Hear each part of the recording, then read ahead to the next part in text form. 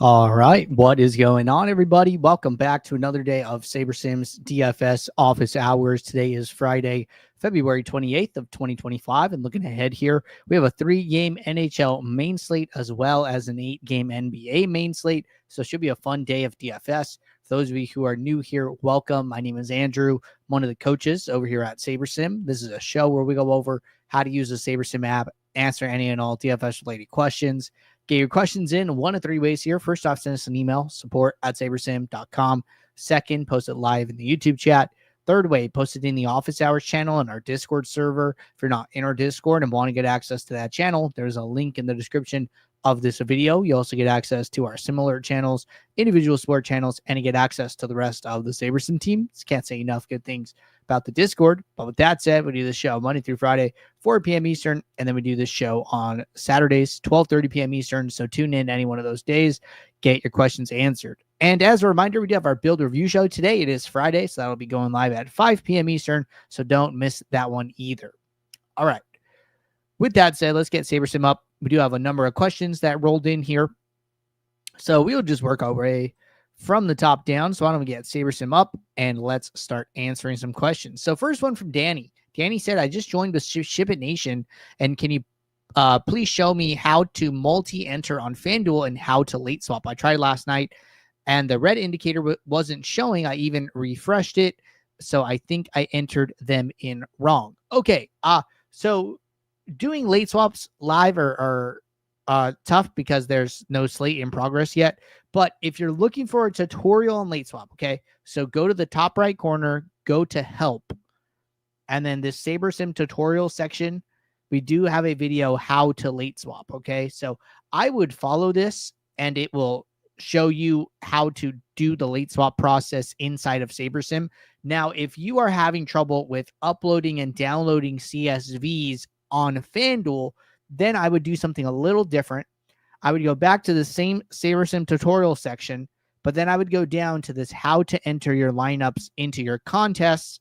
We have desktop and mobile options, okay? But if you click on this, for instance, there's DraftKings versions, but then there's also FanDuel versions, right? This will take you through the process of going to FanDuel, which we could see here. Going to FanDuel, getting your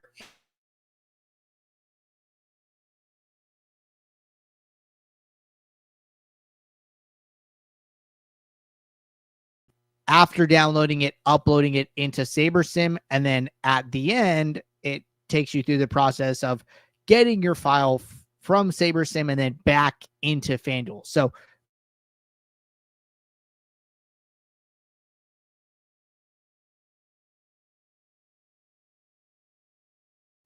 the how to late swap one will take you through the process on SaberSim specifically, okay? And then the how to enter your lineups on desktop will take you through this.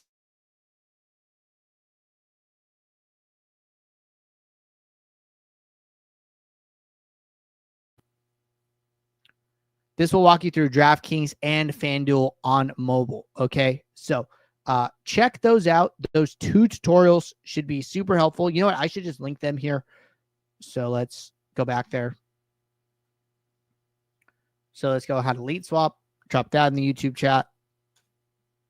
How to enter lineups on desktop, site specific. And then how to do it on a mobile, also site specific. Okay. So check those out. Those should be your best resources. If you guys are ever having an issue in the app and you just can't figure it out, think something's wrong, go to the top right corner, go to report a problem. Okay. This will send a message to our support team. Discord's also a good option, right? I know that the Ship It Nation Discord has a SaberSim channel.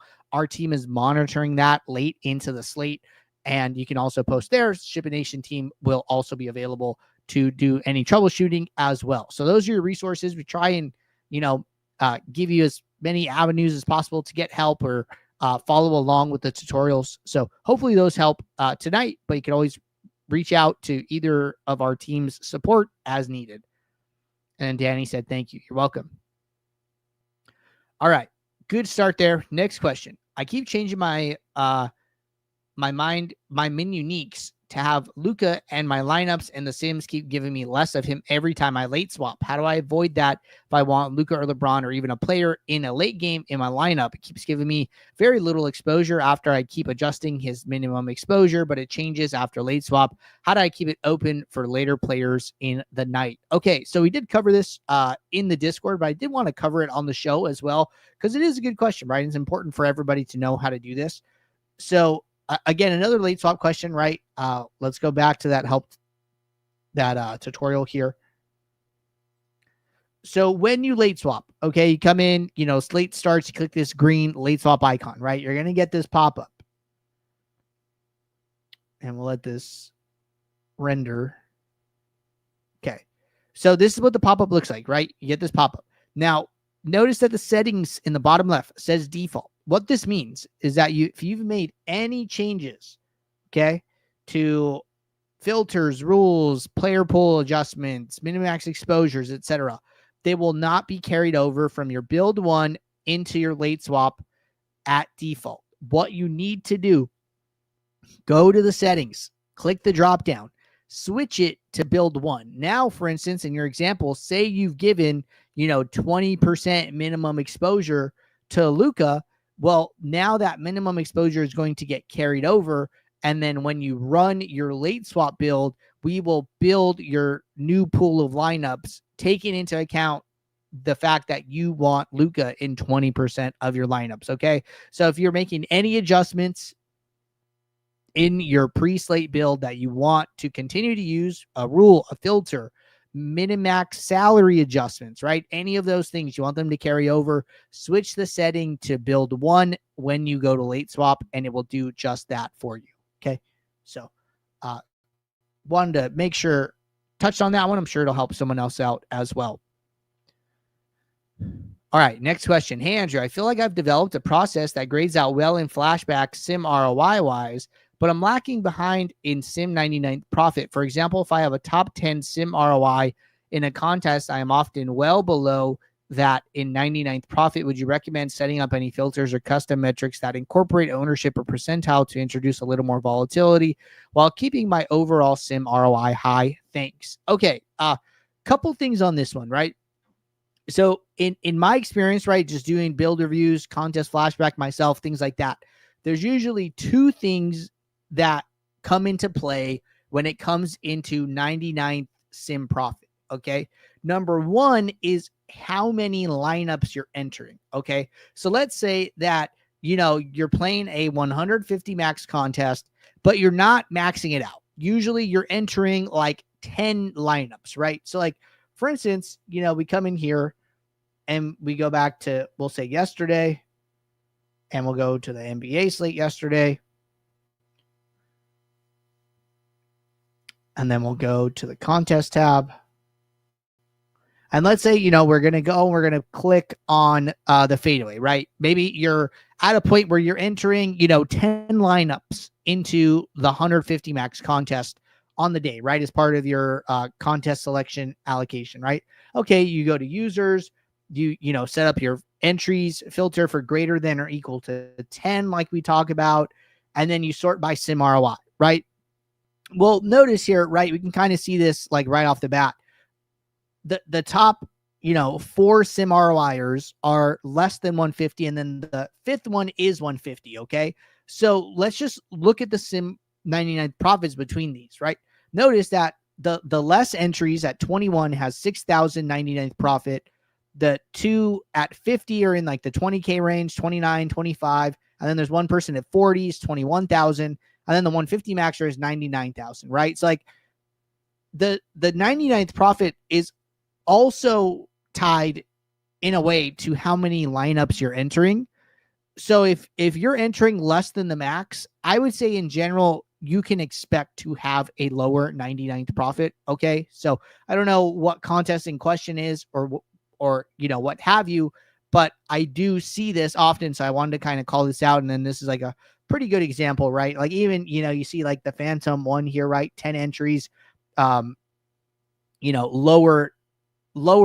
99th profit, right? This is kind of cool. PhD Aggie here, 10 entries. I think they took second place in this contest or third. I don't know exactly what the payouts are, but 10 entries, lower Sim 99 profit. But look, they actually, had like a huge day here, and then they do have a strong Sim ROI, right? So you could definitely get it done with less than the maximum number of lineups. So that's pretty cool outcome for this person, right? But that's one thing to take into account. Okay, the second thing that I mentioned is usually duplication. Usually the higher your duplication, the lower your Sim 99th profit is going to be, because you're splitting that first place prize so often with other users, right? You're not solo shipping. Remember, like this is like 1,000, your 1,000th highest outcome. So like if we're doing the contest sim 100,000 times, what we do is we take all those contest sims and then we reorder them from high to low. And we're saying, okay, this is like the most money you made. And then the second, the third, the fourth, right? Sim 99th profit is your 1,000th highest outcome. So it's, the if we're working from the top down, it's 99,000, right? And then that tells you how much you made. Well, if you're duping a lot every time you win, then that profit is going to be lower, since you're not getting as much of the first place prize as maybe somebody else would be, right? So basically the you could have a high Sim ROI, but if your entries are lower, you're going to have a lower win rate, or you're just going to win less often, as opposed to, if you and I both have a 10% win rate, but you enter 10 lineups and I enter, 150, I'm just going to, have more lineups that win in the contest sim just more often, right? So that's one reason. And then the other one is duplication. So keep those two things in mind. I don't have, I'm kind of speculating a little bit, right? Just based off of things that I see. But if you fall in one of those two buckets, I wouldn't be too concerned.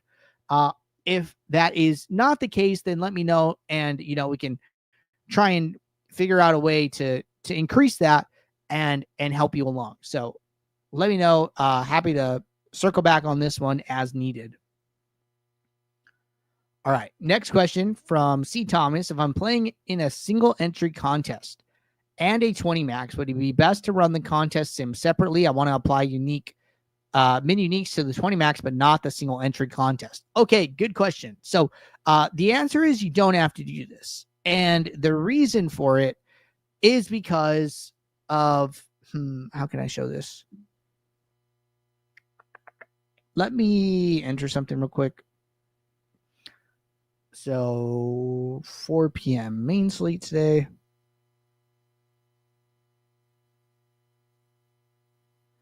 Okay, let's go to NBA.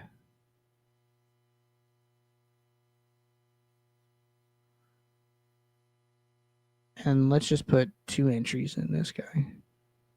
All right, so this is just a quick example.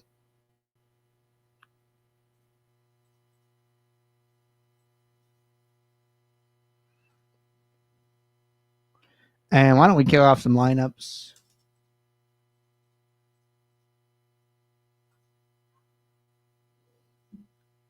All right, so let's let this build run.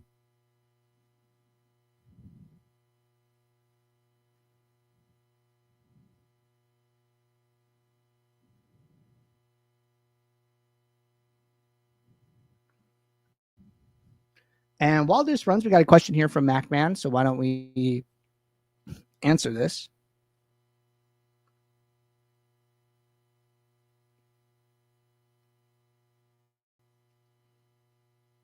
And we'll kick the contest sim as well.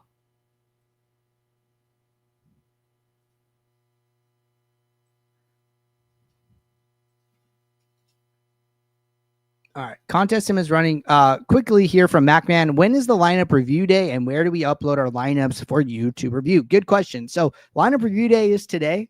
Show is at 5 p.m. Eastern, so about 45 minutes from now. If you want to sign up, you could post either in Discord or send us an email, support@sabersim.com.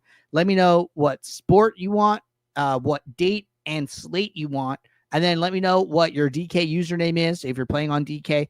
And if you give me that info, I can add you to the list for today. So we have 3 people signed up already today. You would be the 4th, and I can definitely add you to the queue. So just give me that info and we'll be all set. All right, getting back to this one.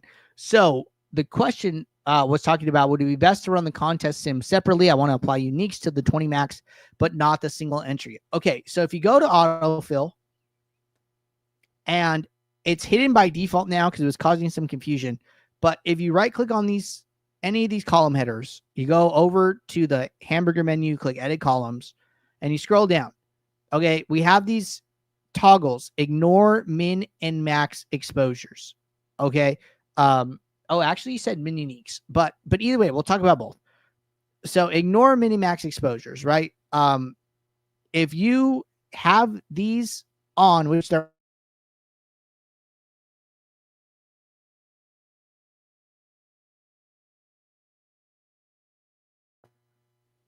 let me say that again. It will not apply minimax exposures to your single entry contest. Okay. It'll only apply your minimax exposures to your contests that are over the number 2 threshold. Okay. I realized I read that question wrong and started talking about something that we were not talking about. But the question was, I want to apply the uniques to the 20 max, but not the single entry. Okay. So there's 2 ways you could do this, right?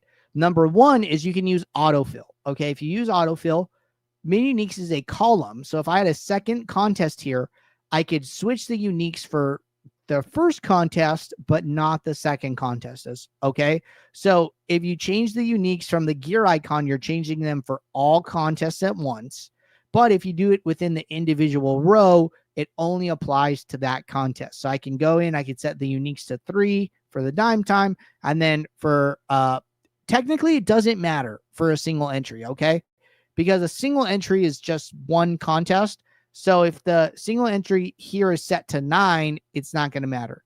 Now, if you had both contests chosen at the same time here, which you can control from this drop down, then it would matter. So this is the second way of doing it, okay? So let's just review.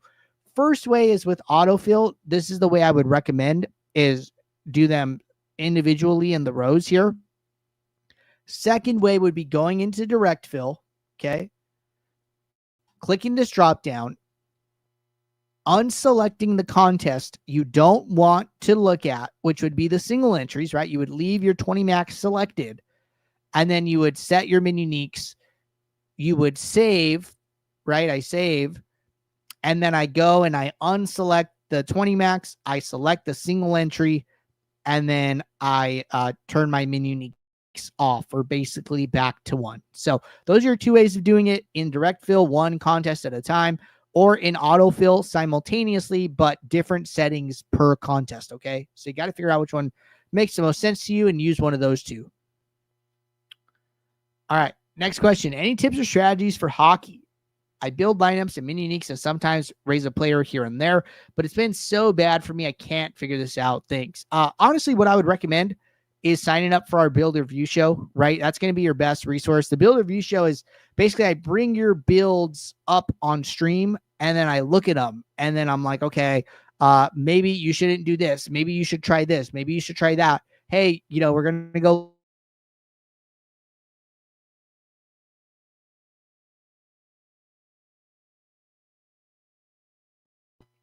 maybe just a little bit here or there, right? So you could sign up, 2 ways, like I talked about. Either send us an email, support@sabersim.com, or in the office hours channel. Let me know the date, sport, and slate you want reviewed, and then I can add you to the list. That's going to be the best way. Aside from that, other resources for hockey, go to Saber School up here in the top right. I don't know why it's not clicking. Try a hard refresh.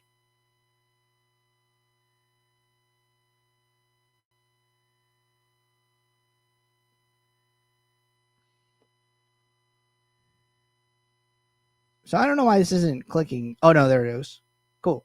So go to Saber School, go to how to beat DFS, and then go to NHL. Okay, check out this video, how to build winning NHL DFS lineups with SaberSim. This is also going to be a good resource. So possibly signing up for the build review show and then checking out our NHL DFS guide are your 2 big resources for hockey that I would highly recommend. Okay. All right. So far, so good.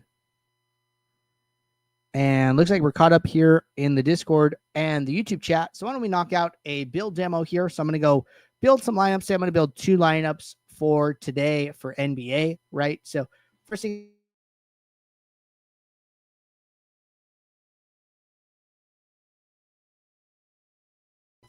I would build as many lineups as your plan allows. And then maybe I just want to set a filter to not see players with a 0 projection, right? Seems fine. So I'm going to kick this off. While this is running, good opportunity to go and upload your entry file. I already did so don't need to do so again. So we can just wait for these sims to finish here.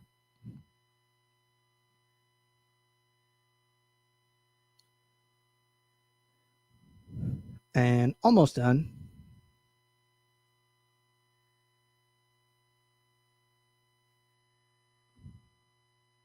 All right. So going to sort by exposure, going to run the contest sim. And then I'm going to set up an aggregate metric for target ROI. So show me the average contest sim target ROI. Notice I have an entries file today, so I can use target ROI goes to target automatically. So I don't need to do anything special there, right?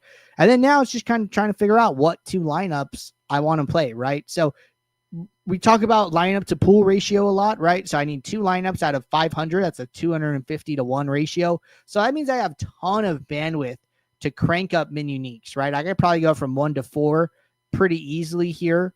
And my top 2 lineups both have 4 players different, right? Okay, let's try 6, right? We're at 283.4. So we drop like 1 point in projection. We do drop like 40% ROI. So not sure if I want to go to 6. Let's try 5. 5 is the same.